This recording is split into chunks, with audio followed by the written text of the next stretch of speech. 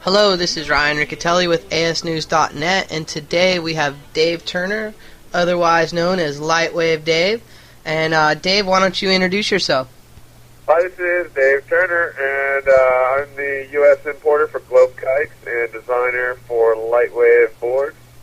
I've been in business since '98, and I'm out on the road right now from my cell phone doing demos in the southeast U.S. And you're in South Carolina right now, and you're just talking about hanging out in Tybee Island over there at high tide, and what do you think of that scene over there? Man, Tybee Island, what a great place to go ride. I mean, it's a round island, so any wind direction works. Beaches all the way around.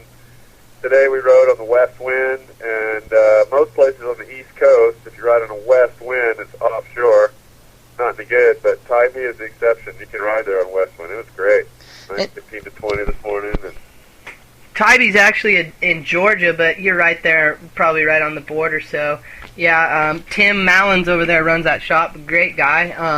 But let's talk a little bit about your gear. Why don't you tell us a little bit about this year's, lineup for boards? Cool. I'm out demoing right now the Stealth line and the Freestyle 2 line and Free Ride line. That's more the beginner's board. So, let's see, I've got the Stealth. I've got a 137 by 44 centimeter, kind of the Experts light wind board. And that also comes in a 130 by 39 for the all-around board. And those are sort of a Euro-style looking board, real thin and flexi tips and step cap construction. I call it the Stealth because the deck of it sort of looks like a stealth fighter, real angular and stepped off. And those are proven to be real popular this year. Good thing I got a lot of them in stock because they're going fast. But I put a deep concave in them, deep single concave. Always works good for me. And then I kept my Freestyle line this year. I call it Freestyle 2 because we thinned out the tips quite a bit. But that's kind of more oriented towards the wake style riding. The guys up at Reel like that one a lot because they're all the wake style unhooked type riders. And that's kind of who that's aimed at, more of a classic wakeboard look. And then I kept my Free Rides, which has been popular a lot with schools and big guys and light wind places. I think I make the biggest board on the market, probably the Free Ride 179. And yep, that's still with this. They're all new graphics and all. You can see everything at LitwaveDesign.com. It's all updated with the new stuff. But go check it out. There's movies and everything on there, how to use stuff, all about the kites. Well, and a lot of people don't know your background and, how you got into board shaping and this whole thing. I met you years ago on Kite Beach in Maui, right when this circus began. And why don't you tell everyone just a little bit about, your background and how you got into making boards? Yeah, okay. I've been working with carbon, Kevlar, fiberglass, foam cores, all that stuff. Wow, a long time, probably longer than most people listening to this are old. Don't want to give my age away too much, but I learned about it from a guy that worked at Lockheed Missile and Space Company. A buddy of mine there was making missile nose cones and fighter jet armor and body parts and all, and for jets and helicopters and things. And we took that technology, and at the time you couldn't get very good kayaks. They all weighed about 50 pounds and were really fragile. And we were into whitewater kayaking. We made whitewater kayaks with the space age technology.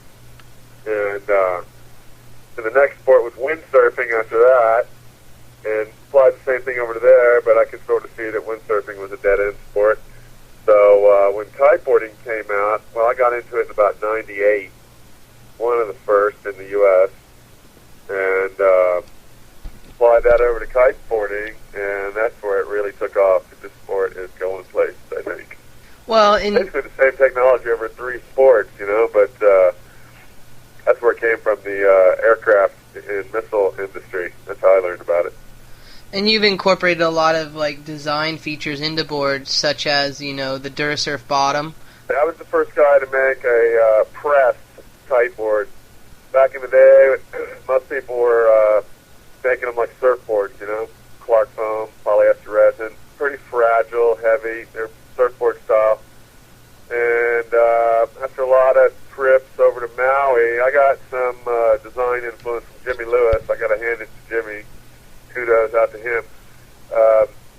He was making wakeboard style boards, the original pickle forks.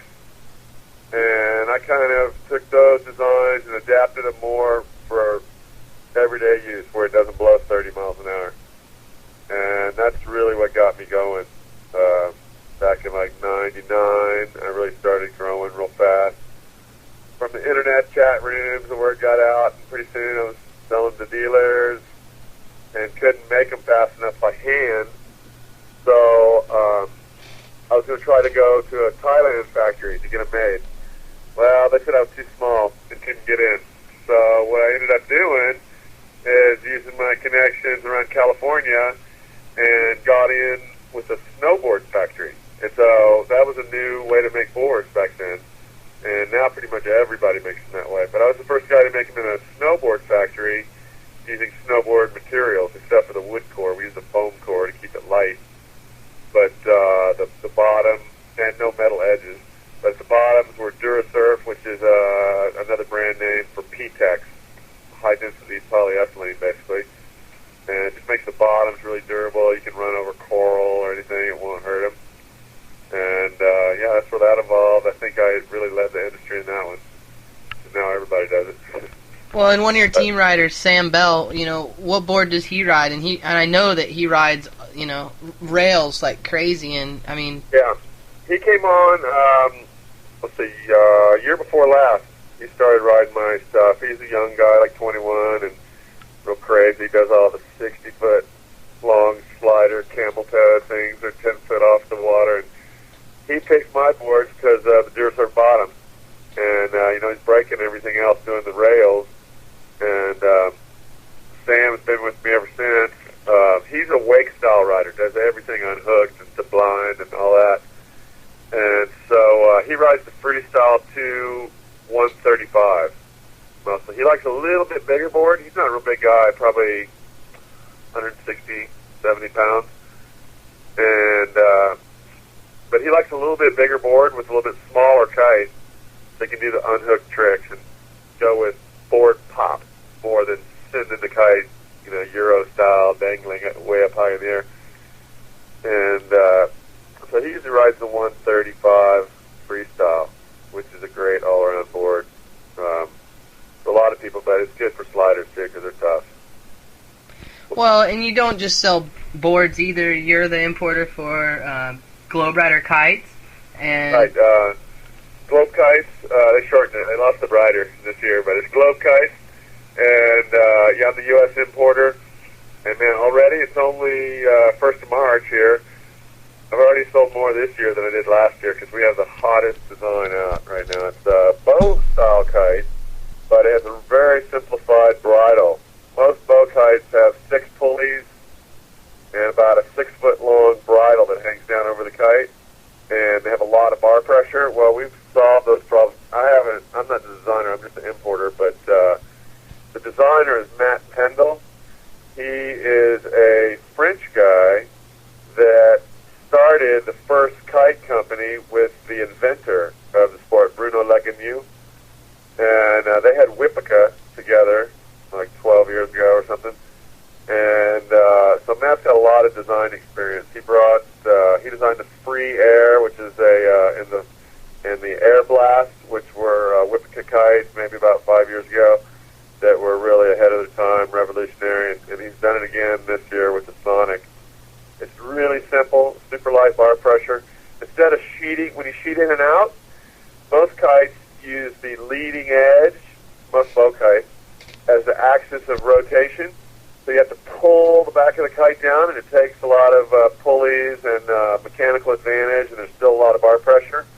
With ours, the axis of rotation is back from the leading edge, maybe about 2 feet. It's really well balanced, and it rocks back and forth like a balance board. And that way you have no bar pressure. You can hold it with 2 fingers all day long. lightest bar pressure any kite. And they're just awesome. I mean, you got the range, like our 11 will go from like where a 9 through a 15 would go before. So you can go on a trip and take one kite. You know, I went to Baja this year, twice, and it just took the 11 meter. It did great, you know. Rode every day with just one kite. It's pretty nice. Matt Pendle, the Air Blast was actually one of the very C-shaped four-line kite that had a bridle on it with like pulleys and stuff, and obviously now he's evolved into the GK Sonic, and that has, I mean, that's been a real controversial kite on the forums. And you were just talking about this last weekend that somebody was up in, I'm not sure exactly where, somewhere where it was really cold, because I saw the photos of a lot of snow, and they were clocking some serious speeds. Yeah. Oh yeah, that guy just called me a minute ago. I'm on the road right now, but Gary Schellerin, they had a event up in Vermont called Kite Storm, and it was blowing about 30 knots over glare ice on frozen Lake Champlain. He got his new 8-meter Sonic, pulled it out of the bag first time, blew it up, clicked into his skis, went 56.7 miles per hour on the first, within the first hour of riding this kite. How did they clock that? Amazing. They have a radar gun, just like the Top Gs. And, I beat second place by 10 miles per hour. So that was pretty amazing. You wouldn't catch me going that fast, but that's why I've got team runners, right?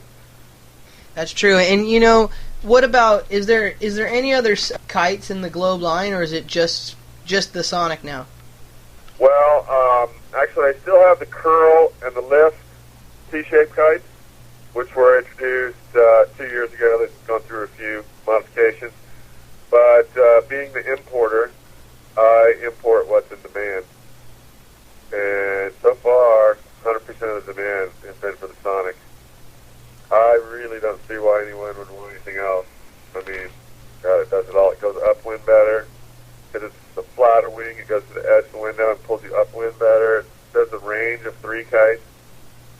So, yeah, they have the other kites, and we could special order them, but so far all the demand's been for the Sonic. I mean, I've sold more this year than I did all of last year. So, and that Sonic, it comes in like an 8-meter, 11-meter, and a 14-meter? That's right. 8, 11, and 14. And the 8 is like a 6 through a 12. The 11 is like a 9 through 15. And the 14 is like a 12 through about a 19. We were doing testing yesterday against a couple of 20-meter, other brand 20-meter kites. And it pulls just a little bit less than those. But, man, when you turn it, it turns like a 12 or 14-meter kite. When you got on those 20s, it started turning, and that's why they felt like dogs. So it's slightly less pull than a 20. But they're a lot of fun. What is Matt doing? Are you guys gonna be building a kite like geared for the light wind areas? Like obviously I've heard of some talk of some 16 meters coming out, flat kites, and I'm just curious to hear what the plans are for Globe. Yeah, well, he's got the 14, which is up to about a 19 meter. I think he might go for like a 17 meter a little bit later in the summer, do a release on a big size, like a 17. Theoretically should go up to about like a 23 meter kite. You got to be careful on the big kites. On the big flat kites, if it goes too flat and too big, they're prone to inversion. I've never had one of these invert that I've had, the 14, the 11, or the 8.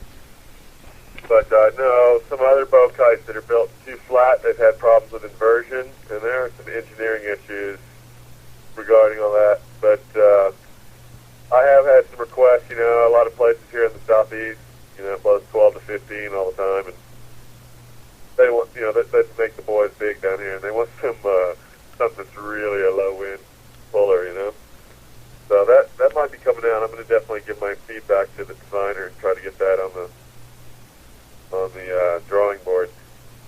What kind of rider is the Sonic made for? Well, I think it was made really more for like intermediate and up. But reports from schools that are using it have been that their students are learning a lot faster on it than on regular C-shaped kites because it has such range that normally a beginner's going to get yanked over the board, land on his face when he gets a gust if he's just getting up on the board. But with the Sonic, you can depower it so much that it's really good for beginners too. But more advanced riders like it because it's super for unhooked. If you come unhooked and then you wipe out, you miss your handle pass or whatever, and you drop the kite, it's going to just auto relaunch. It goes along the edge of the power zone, no matter if it's in neutral or in the middle of and will go stand on the wingtip, waiting for you to relaunch it. It's just like someone's holding it for you. It's awesome in the wave. You can depower the kite so much that when you go for your bottom turn, you turn your kite and go for your bottom turn on the bottom. With last year's kite, you would make, if you're powered up, you'd make a 30-yard long bottom turn and really go down the line a long way. With the Sonic, you can depower, cut your bottom turn a lot sharper, and go more vertically up the wave face for a harder off the lip. So wave riding is great too. I mean, it does everything better, really. Sounds like a line, but check out some of the videos on my website. They say a lot. Well, we got to wrap things up, and I have heard really good things about this kite. I wanted to obviously get it straight from your mouth. And why don't you give our listeners, a little heads up on where they can find more information on your boards and the kites? Yeah, there's a lot of info at LitwaveDesign.com, or just go on to any of the kite forums, any of the magazines. There's lots of good reviews on them. That's why my new ad says, forget the hype, do your research. Don't take my word for it, go talk to the users. It's getting great reviews this year. Like, you're headed up the coast right now, obviously doing some demos and stuff, and where can people see you, like, for this week and next week? Going back to California tomorrow. I've been doing the Southeast tour here from northern Florida, Georgia, South Carolina, and I'm back out to California tomorrow. Possibly next weekend I'm going to the therapy sessions in Dillon, Colorado. I'm really trying to get out and meet all the people and put the kite in people's hands a lot this year. I think that's the best way to do it. Get people on it, And so if you look on the website, I have a page for events, and that's mostly my demo tour. We're going to be at the Kite Expo in Pismo Beach, California. That's in May. We're going to be doing demos any weekend just about in Northern California. That's where I live. But I'm going to do a Northeast tour later on in June of the, like New Jersey, New York, maybe even up to New Hampshire, all that area. We'll be at the Gorge this summer 2 or 3 times. So call me up, give me a request. I'll fly out and demo the kite for you probably. Well, hey, Dave, thanks a lot. I know you're busy, and this will obviously go on asnews.net and kbmag.com. It'll be available, it's for anyone to listen to by the end of the week. So we'll be talking to you soon. Hello, this is Ryan Riccitelli with asnews.net, and today I have John Amundson on the line. He's over on Oahu, and he shapes his own line of customs kiteboards, Amundson Customs. And John, why don't you introduce yourself and tell everyone basically what you do? My name's John Amundson, and I design and build my own custom line, as well as the North production kiteboard line. And as well, I'm a professional kiteboarder. And you are one of the guys who's really led the charge in, the kite surfing aspect of the sport. And, this is obviously gaining popularity. It seems like in every magazine, they're talking about the crossover and, that aspect. And why don't you talk a little bit about that? Well, as far as, when we first started, I was working with Stephen Weitzel on a couple designs, and that's where the name for my custom came from, Whitey 5, named after him. actually had the idea of just doing a surf-specific design, and it wasn't the first one that I have done. I had played with it before, but I didn't really follow up on it until he showed interest. And when we started working on a design together, originally it was a 5.0, and the first one we did was just pure magic. I mean, the thing worked really well. And my first ride on the board, before I actually gave it to him, I realized that had a huge future. I mean, I was actually surfing with a kite, and that's what's led to what's going on right now.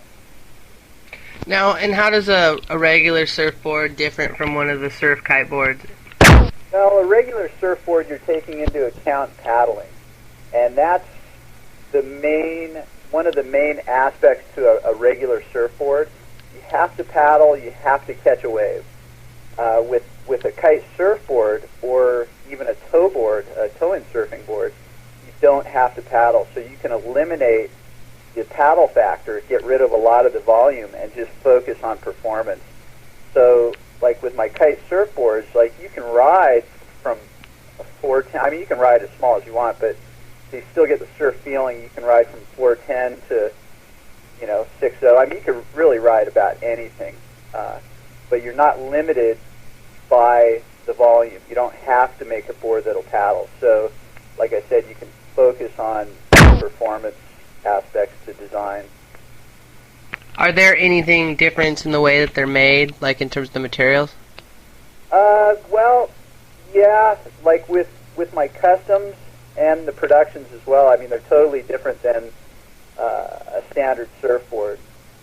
I think a standard surfboard, again, you're limited to the materials because the volume is so great. You have to make a light board, so you have to use a light foam, and usually a light foam means a soft foam, and a soft foam is going to dent easy, it's going to crush, and eventually fail. With the kite surfboards and even tow boards, there's so little volume in those designs that you can use a really hard foam as the core, and that will give you less denting, less failure, and just an overall better product.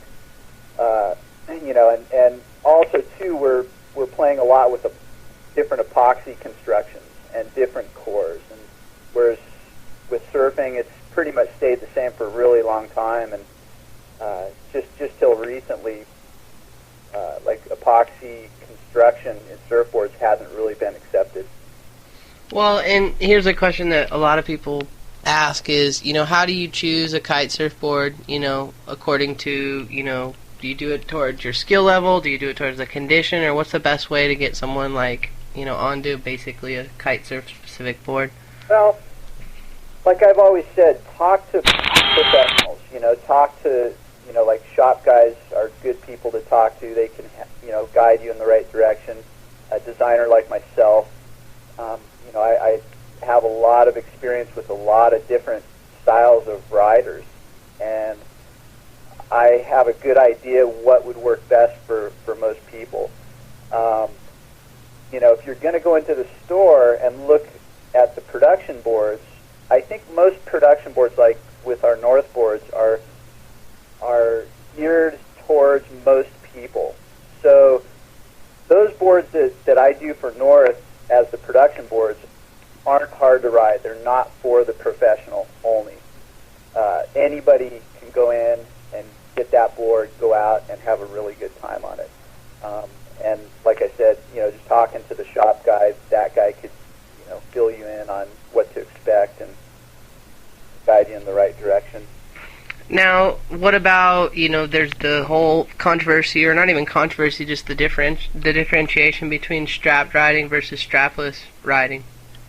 Both are great, a lot of fun. I mean, they're a blast. I strapless ride probably about 20% of the time. Like if it's a real small day, the wind's not super strong, I love going out strapless. I have a blast. When the wind gets a little bit heavier and the waves get a little bit bigger, I find it more difficult to to actually stay on my board. So at that point, I'm usually riding straps. But you know, there's a place for both, and there's really nobody could say what's better. They're just like the best rock band. There's no best rock band. You know, they're all great. So enjoy them all. You know. Yeah, and you know, obviously, you have like kind of a cycle of development that you go through in making boards, and you know, you make boards for North, and then you design your own custom shapes, and like, how do you differentiate between the two? And then like, where does like Amundson Customs kind of fall in? Well, the whole process is pretty awesome. I mean, I'm very fortunate with my customs to be working with North and vice versa. You know, with my customs, I'm building those all year round, and I'm getting a good feel of what's going on with riders and riders from all over the world. So I'm gauging what I'm going to do for the North line each year from that, as well as Till Eberly and everybody in the office in Germany. You know, they're really on top of what's going on. But I'm always developing over the period of that year with my custom orders. And then when it comes to build that line for North, I have a pretty good idea what we're going to do already. And at that point, they give me a budget to work on, so I can actually build a lot of different prototypes kind of based on what I've been doing all year long. And, you know, just figure out the differences between all the boards and play with different concepts. And it gives me a lot of freedom and a bit of resource to actually go out and explore in different avenues, whereas I might not do that as much with my customs. You know, I might take slow steps.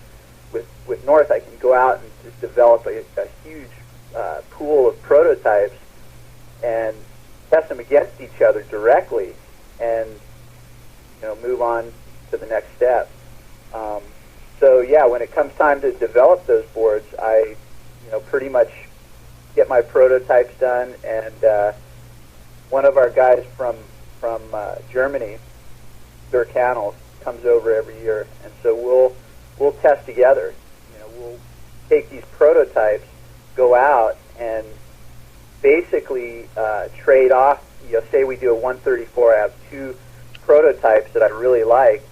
We'll each ride for about 15 minutes, switch off. I won't even look at his face to see if he's smiling or bummed or whatever. Just grab the other board, ride for 15 minutes, come to shore, and I always let him give me his feedback. And his feedback is so good. I mean, it's right on the money usually. Like, I'd say 95% of the time, it's exactly what I was feeling. So at that point, we picked the best prototype from those the winter prototypes, and that's pretty much our production board right there. Now, what team riders do you use with Amundson Customs? And obviously, some of them cross over into North Kites as well. But I mean, what are some of the team riders that you ride your boards? You know, I have a lot of guys, and I don't like mentioning names because I might forget somebody, and I don't want anybody to be bummed at me. But I have quite a few international riders as well as riders here in the U.S. that really they do help out a lot. You know, I don't base a lot of my design on those guys. I mean, usually those guys are so good, they're on a totally different plane than most people. So I think some of my best team riders are the people who buy my boards and give me feedback, just regular customers, because that's where I get my most valuable feedback. And I don't want to discount the pros. The pros are awesome on that upper range, but most of them are so good they can ride about anything. Well, and that makes a lot of sense too. I know that here locally, some of the guys actually are riding the North surfboard, and they love it. They're riding it out in the Gulf here, and there's just some dumping waves. So I do see the growth of these type of boards, and obviously, how has this affected your business in making boards with this new evolution of everyone getting excited about kite surfing and the waves? Oh, it's been great. I've seen with my business, I've seen a huge bump in my orders because of the surf designs, and most people are buying a surf design in addition to whatever they're normally riding as far as flat water goes. So nobody's really giving up flat water or jumps or wake style, but they're just adding another tool to their arsenal to best fit the conditions. If the surf's good, they're out there riding their surfboard. If it's flat water, they're out there busting big airs on their twin tips. So, it's been great for my business. And as far as new riders to the sport, I've seen a lot of surfers coming into it. And here on the North Shore, as well as California and a lot of places around the world, surfers are very interested in what's going on. And I think that right now is a pivotal point, because I think with Martine's and Jeff's new video, as well as our new North Team DVD, you're going to really see what's going on in the surf, and it looks a lot like surfing. It's surfing. You can't put it any other way. And when surfers see it, they're super excited about it. Well, that leads into my next question. You talk a little bit about the new North DVD, and what can we expect? Well, the new North DVD should be out early this spring, in most places around the world. And I think you're going to be pretty surprised at what you see as far as the surf side of it goes. There's some really, really good surf action in there. We all have our sections, and mine, I've worked with Chris Tronolo on putting it together, and I was really happy with it. So, I'm hoping everybody likes it and enjoys it. Well, and we got to wrap things up, and I just want to say thanks for coming on today, and also I want to give you a chance. If someone wants to learn more about your boards, and we've talked to you before on here in previous podcasts, but where can they get a hold of you? Well, they can go to my website first of all, and that will have all my contact information, and that's AmundsonCustoms.com. And could I give my phone number?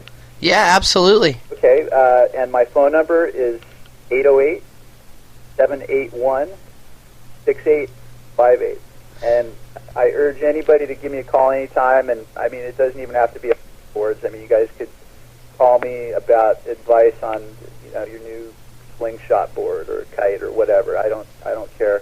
I'm just another kiteboarder that's really stoked on the sport, and I really enjoy talking to people that are stoked as well. Well, John, like I said, thanks for coming on, and I want to encourage everyone to take John up on this, because he has a wealth of information and experience in this, realm of board design and making boards. He's been doing it since day one. So, anyway, and also real quickly, obviously we want to give you a chance to throw some shouts out to your sponsors and your friends. Well, I'd first like to say thank you very much to North Kiteboarding. I enjoy the support, and I cherish the good relationship we have. And Ultra Soul Sunglasses and the kind. All my friends on the North Shore and around the world. Well, cool, man, and hopefully we'll be talking to you soon. If you haven't been listening to our podcast very long, we've had John on before, talking about all kinds of, more in depth about the board design process and materials and etc. So, anyway, John, again, thanks, and we'll be talking to you soon. Thank you very much, Ryan, and I wanted to say you guys are doing an amazing job. Well, we appreciate that, and actually, you know what? I'll leave that into this podcast, and then people can realize how real these things are. All right, man. Good luck, and we'll talk to you soon. Right on, Ryan. Good talking with you, man.